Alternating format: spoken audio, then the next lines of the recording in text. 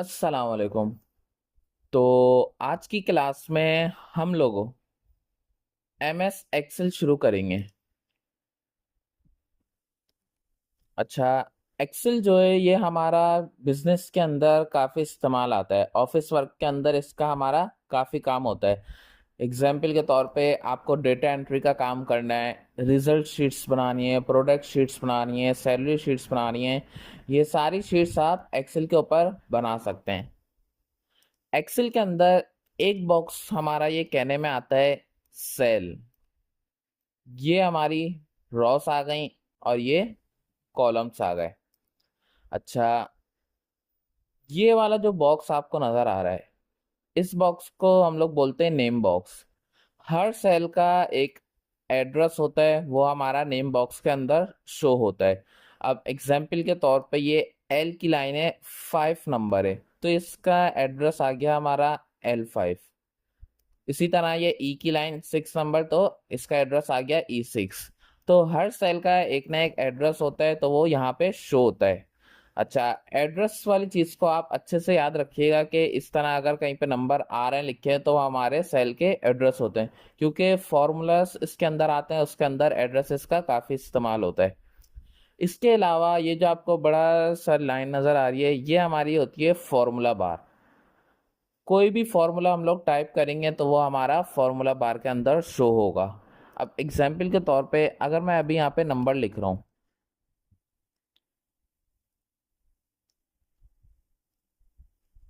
ऊपर वाले दो सेल्स के अंदर मैंने एक नंबर लगाया है, तो फॉर्मूला बार के अंदर आप लोग देखें यहाँ पे नंबर ही शो हो रहे हैं। अगर मैं नंबर पे जा रहा हूँ तो नंबर ही शो हो रहा है। लेकिन इस वाले सेल के अंदर मैंने एक फॉर्मूला लगाया है, जैसे ही मैं इस वाले सेल में डाल जाऊंगा तो वो नंबर को शो नहीं करेगा, वो फॉर्मूले को शो करेगा। फॉर्मूले बार का हमारा काम यही होता है कि अगर कहीं पे भी फॉर्मूला यूज हुआ होगा तो वहां पे वो फौरन बता देगा। अच्छा, सबसे पहले इसके अंदर हमारा वही फॉन्ट्स का पार्ट आ गया, जो कि हमने एमएस वर्ड में कवर करा था। लेकिन अगर किसी ने नहीं करा तो वो दोबारा देख ले, मैं इस लेक्चर में दोबारा समझा रहा हूँ।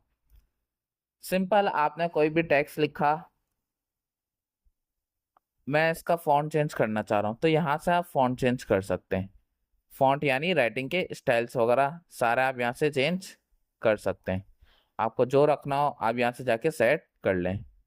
इसके अलावा फॉन्ट साइज बढ़ाना है, यहाँ से आप बढ़ा रहे हैं, क्या लिखना है, बोल्ड, इटैलिक, अंडरलाइन।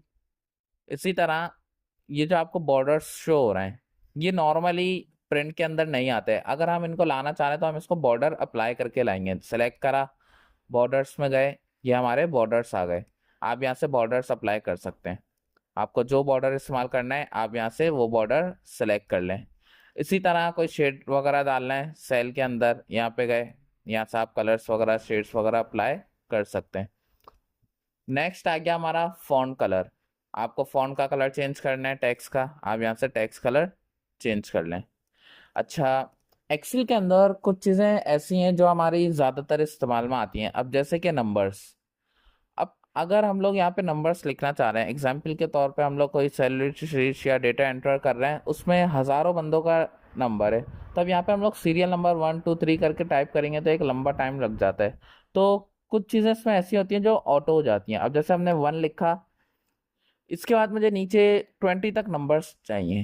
मैं यहाँ पर गया, इसको ड्रैग डाउन करा, तो उसने 1 1 1 1 कॉपी कर लिया। लेकिन मैं चाह रहा हूँ कि ये एक सीरीज वाइज है, 1 2 3 4।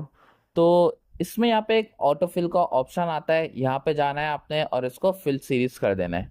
तो ये आपका एक सीरीज वाइज फिल कर देगा, या आप डायरेक्ट यूँ नीचे करते जाएंगे वो खुद ब खुद ऑटो हमारा करता चला जाएगा, आपको लिखने टाइप करना नहीं पड़ेगा। इसी तरह इसके अंदर एग्जाम्पल के तौर पे आप पूरे 10 साल का रिकॉर्ड निकाल रहे हैं, तो मंथ्स के नाम कितनी मर्तबा आएंगे, हम यहाँ पर आए,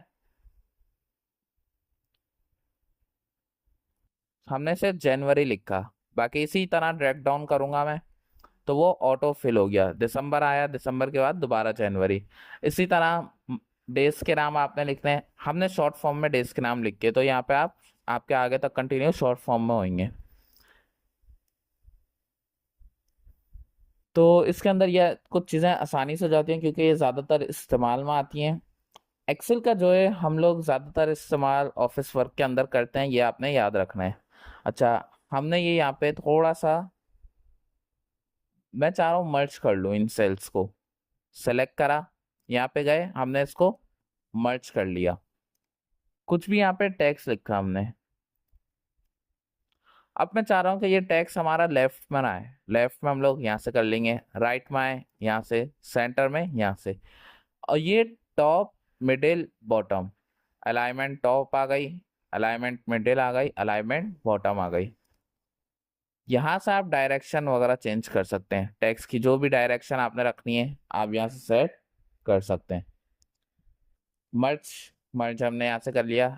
रैप टेक्स्ट क्या करेगा, आपके काम को कोशिश करके, अभी जैसे हमने ये लिखा, ये अलग अलग उसमें जा रहा है, ये एक ही सेल के अंदर आपके टेक्स्ट को कन्वर्ट कर देगा।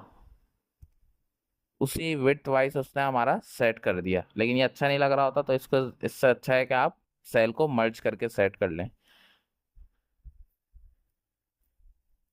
इसके बाद हमारी आगे की कुछ चीज़ें हैं यहाँ पे, खुद से आप लोग कोशिश करिएगा ये समझने की। नेक्स्ट लेक्चर के अंदर हम लोग इंशाल्लाह इसको कवर करेंगे और फॉर्मूले भी स्टार्ट कर लेंगे। आज की क्लास में सिर्फ हमारा इंट्रोडक्शन था कि इसका इस्तेमाल कहाँ पर होता है। अच्छा, इसके अंदर एक और चीज़ है, वो ये है कि आप इसमें मल्टीपल शीट्स यूज़ कर सकते हैं एक वक्त में। अब जैसे MS वर्ड के अंदर क्या था, हमें न्यू डॉक्यूमेंट लेना पड़ रहा था, इसमें आप मल्टीपल शीट्स यूज़ कर सकते हैं एक साथ। अब जैसे एक महीने का रिकॉर्ड है, इस शीट के अंदर फर्स्ट डे का रिकॉर्ड आया, यहाँ पे गए प्लस करा, यहाँ पे आप सेकंड डे का लिख रहे हैं, इसके बाद प्लस करा थर्ड डे का लिख रहे हैं। इस तरह आप बढ़ाते जाएं। आप इनको कोई नाम देना चाह रहे हैं, डबल क्लिक करेंगे तो यहाँ पे आप नाम भी लिख सकते हैं। एग्जाम्पल के तौर पे मैंने डे 1 लिखा तो वो डे 1 के नाम से ऐड हो गया वहाँ पर। तो उम्मीद करता हूँ आपको समझ आ गया होगा कि एक्सेल का हमारा काम क्या है। कोई भी कंफ्यूजन हो इंट्रोडक्शन के हवाले से तो आप कमेंट सेक्शन में कमेंट करके पूछ सकते हैं। बाकी हम लोग इंशाल्लाह मिलते हैं अपनी अगली वीडियो में। शुक्रिया।